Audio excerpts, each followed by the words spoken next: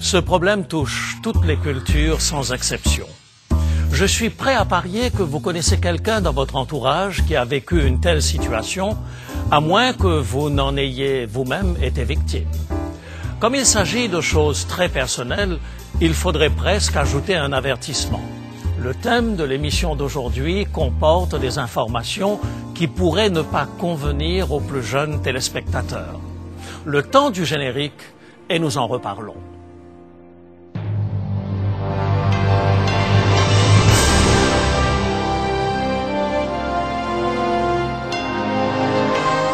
Elle a résisté à l'épreuve du temps. La Bible, le livre de la révélation, est toujours d'actualité dans le monde complexe d'aujourd'hui. Voici, il est écrit. C'est un message de foi et d'espérance que vous présente maintenant José Élysée.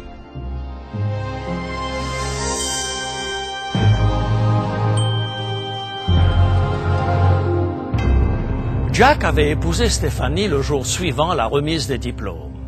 Ils aimaient raconter à leurs amis que Stéphanie avait enlevé sa robe de graduation pour enfiler celle de son mariage. Au cours de leur deuxième année universitaire, Stéphanie tomba enceinte et dut abandonner ses études. Le temps que Jack termine les siennes, 2 autres bébés s'étaient ajoutés à la famille. Mais Jack avait un emploi bien rémunéré et Stéphanie pouvait se consacrer à ses 3 enfants. Aux yeux de leur entourage, ils formaient un couple idéal. Une seule ombre au tableau, Jenny, la collègue de travail de Jack. Toujours à la fine pointe de la mode, elle offrait un contraste frappant avec Stéphanie qui, après une pénible journée avec ses 3 enfants, n'avait rien d'un mannequin sorti d'un magazine de mode. Jenny, par contre, était toujours débordante de vitalité et adorait le hockey. Une passion qu'elle partageait avec Jack au grand désespoir de Stéphanie, qui aurait eu bien du mal à distinguer un bâton de hockey d'une canne à pêche. En fait, chaque fois que Jack était planté devant la télé, Stéphanie tentait par tous les moyens de l'intéresser à autre chose que le hockey. Avec le temps, Jack se sentit irrésistiblement attiré par Jenny, qui non seulement le savait, mais se donnait un mal fou pour se vêtir de façon provocante. Un jour, tandis qu'il rentrait à la maison en voiture, Jack entendit à la radio une chanson qui parlait d'un homme amoureux d'une autre femme que la sienne. « Si c'est mal de t'aimer, je ne veux pas faire le bien », disait la chanson. Il n'en fallut pas plus pour que Jack bascule. Le mariage de Jack et Stéphanie fit naufrage, Jack épousa Jenny et la vie, en apparence, reprit son cours. Stéphanie fut forcée de se trouver un emploi. Ses enfants manifestèrent des signes de dysfonctionnement. L'aîné commença à consommer de la drogue. Le stress provoqué par le travail, ajouté aux obligations envers ses adolescents, conduisit Jenny tout droit à la dépression et elle se retrouva à l'hôpital. Pour couronner le tout, elle n'avait aucune assurance maladie.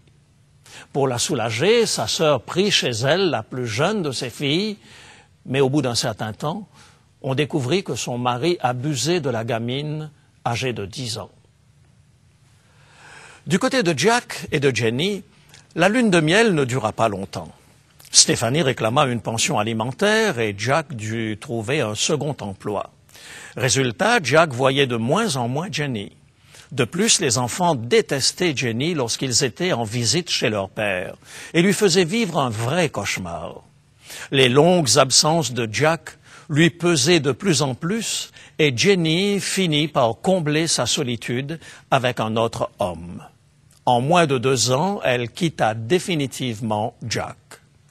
Jenny s'évertuait maintenant à se débarrasser de ce collègue de travail devenu trop encombrant, et Jack perdit son emploi.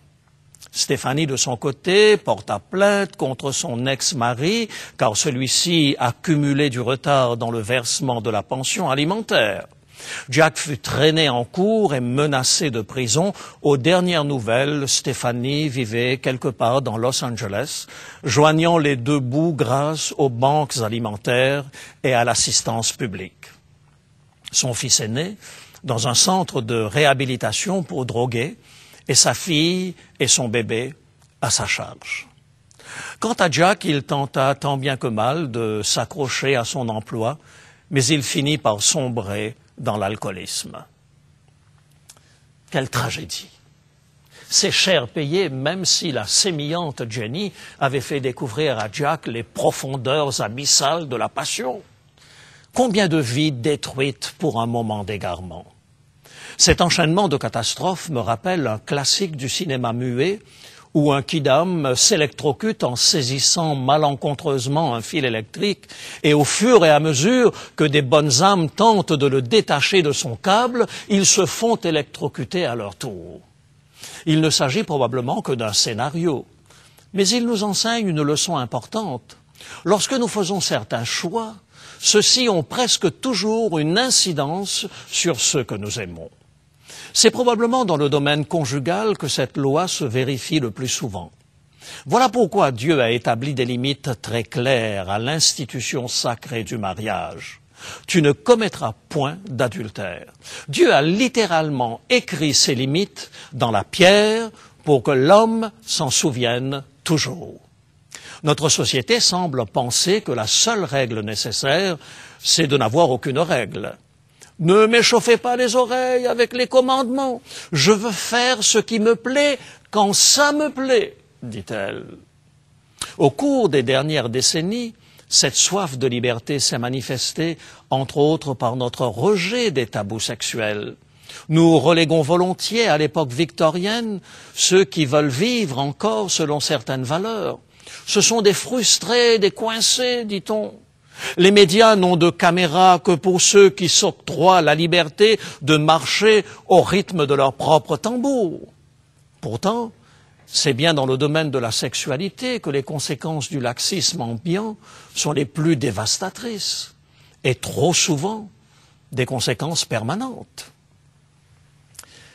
Est-ce faire preuve de maturité et de sens des responsabilités que de priver des enfants qui n'ont pas demandé à venir au monde de la chaleur d'un foyer et de la sécurité que génère un couple avec lequel ils ont tissé des liens affectifs les plus forts dès leur naissance? C'est précisément parce que Dieu a le souci des êtres les plus vulnérables qu'il a institué le mariage et la famille. Car Dieu aurait pu inventer 1000 autres façons de peupler la terre.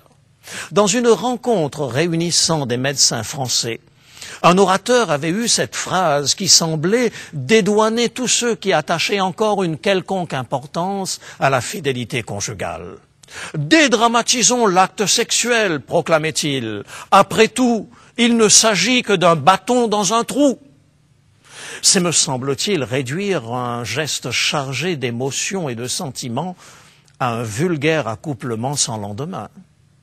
Au-delà de la simple nécessité de procréation, la relation conjugale ajoute d'autres dimensions, l'intimité, l'amour, voire la passion, démontrant clairement que Dieu a voulu nous faire là un cadeau merveilleux. Et pourtant, pour combien de personnes les choses de l'amour ne sont qu'une immense source de misère et de souffrance? S'il s'agit effectivement d'un cadeau de Dieu, pourquoi est-ce que les unions tournent-elles aussi souvent à la catastrophe? La réponse en est simple. Nous avons abusé de ce cadeau. Laissez-moi illustrer ma pensée. Adolf Hitler était incontestablement l'un des orateurs les plus charismatiques du XXe siècle.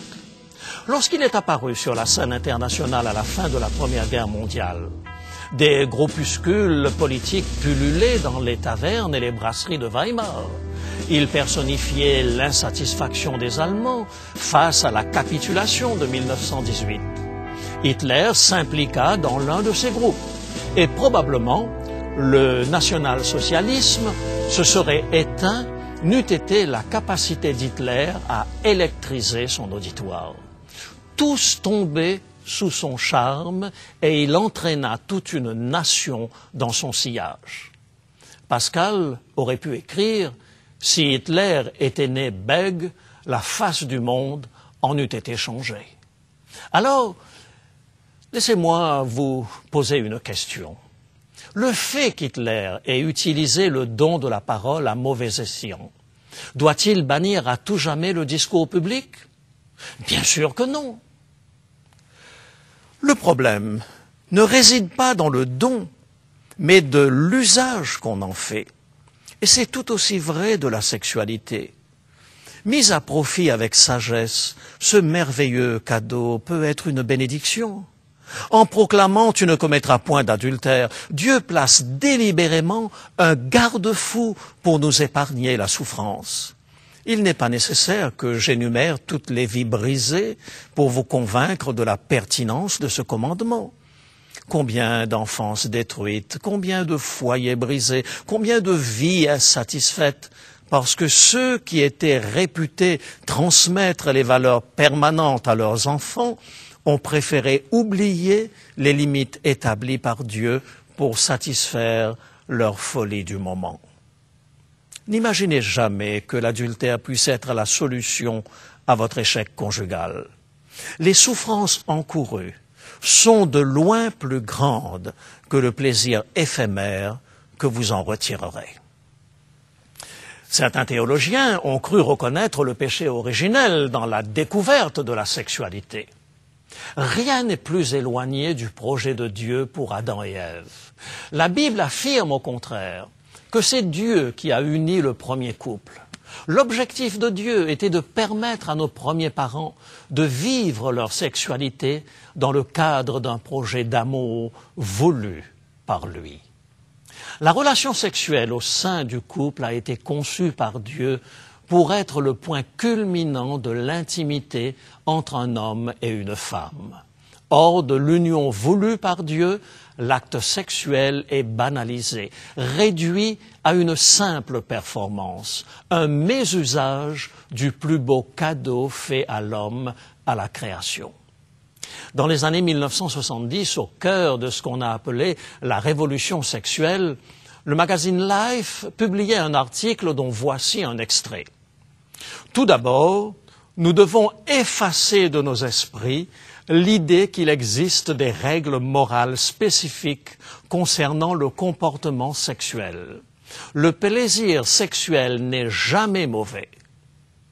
Jamais mauvais? Vous plaisantez? Dites-le aux enfants de Jack. Dites-le à un enfant qui se meurt du sida, né de père inconnu, conçu lors d'une soirée copieusement arrosée. Est-il vrai que ce n'est jamais mal?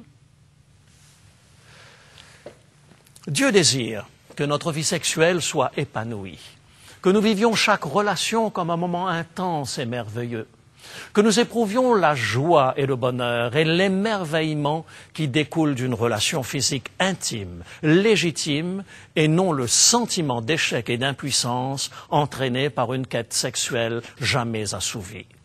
Dieu désire que vous jouissiez abondamment de votre sexualité dans le cadre du plan qu'il a prévu pour votre épanouissement.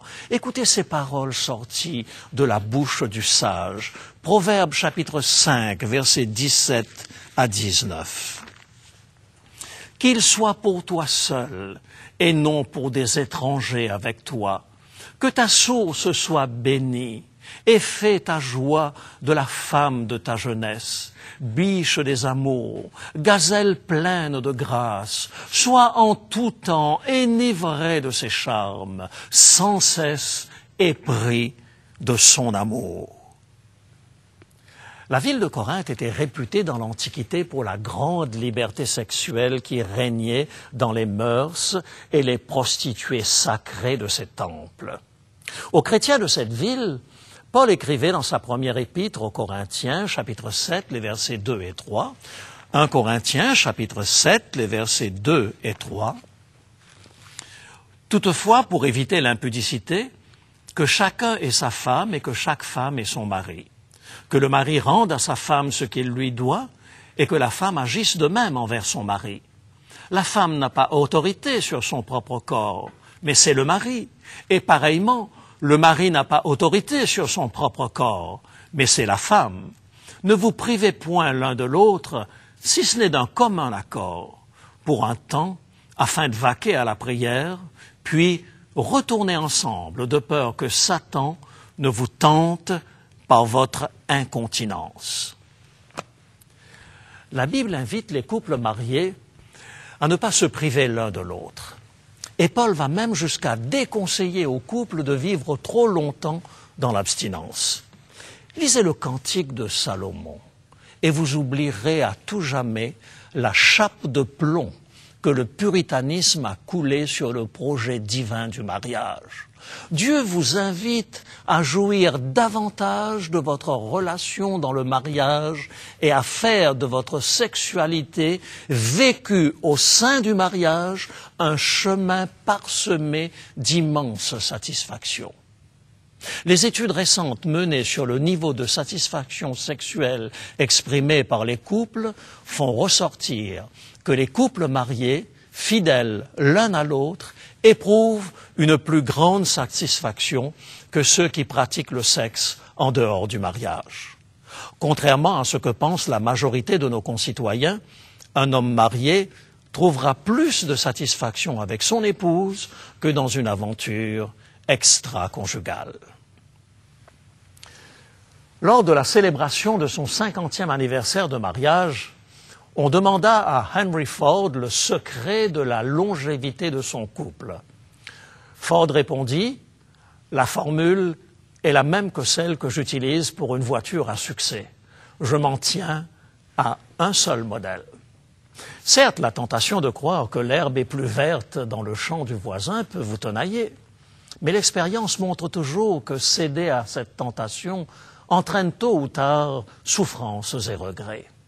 Au-delà de la stricte légalité, Jésus voit l'importance de l'amour au sein du couple. C'est pourquoi il donnera une signification particulière à ce commandement dans l'évangile de Matthieu, au chapitre 5, les versets 27 et 28. Matthieu, chapitre 5, versets 27 et 28. Vous avez appris qu'il a été dit « Tu ne commettras point d'adultère ». Mais moi, je vous dis que quiconque regarde une femme pour la convoiter a déjà commis un adultère avec elle dans son cœur. Jésus nous invite à résoudre le problème à la base. Il ne s'agit pas, selon la Bible, de se morfondre dans une relation insatisfaisante à laquelle vous condamne la fidélité. Dans ce cas, nous donnerions raison à cet homme qui, invité à un 50e anniversaire de mariage, s'exclamait « 50 ans! Aucun crime ne mérite une telle peine !» Jésus nous invite à bâtir avec l'autre une relation saine, faite de confiance mutuelle et d'amour. Qui aime comme Jésus nous invite à aimer n'a pas à réfréner ses désirs, mais à réserver son amour à celui ou celle avec qui il ou elle a choisi de bâtir sa vie. Il se peut qu'en cet instant, vous soyez en train de contempler votre vie passée et que vous ayez le sentiment d'avoir tout raté. La Bible est porteuse d'une bonne nouvelle pour vous. Il n'est jamais trop tard. Ce Jésus qui disait à la femme surprise en état d'adultère « Moi non plus, je ne te condamne pas » est prêt à vous pardonner à vous aussi. Peu importe la gravité de vos actes, la souffrance que vous avez infligée à l'autre, vous pouvez être pardonné. Tout ce que vous avez à faire, c'est de réclamer son pardon. La Bible vous promet non seulement le pardon, mais aussi la guérison. Vous pouvez recevoir de Jésus la puissance de vivre libéré de l'esclavage dans lequel vous retenez vos passions. Que vous ayez souffert d'avoir enfreint ce commandement ou que vous ayez souffert de ce que votre conjoint l'ait enfreint, Jésus vous promet la guérison. Tournez résolument le dos au passé. Puisque Jésus vous tend ses bras et désire vous accueillir, qu'est-ce qui vous retient encore? Laissez à Jésus le soin de vous apporter la guérison, maintenant même, tandis que nous prions. Père Céleste, aujourd'hui, en considérant nos vies, nous reconnaissons que nous avons parfois gâché les plus belles opportunités. Nous soupirons après un nouveau départ. Merci de nous offrir ton pardon. Merci de nous offrir la possibilité de vivre une nouvelle vie en toi. Au nom de Jésus. Amen.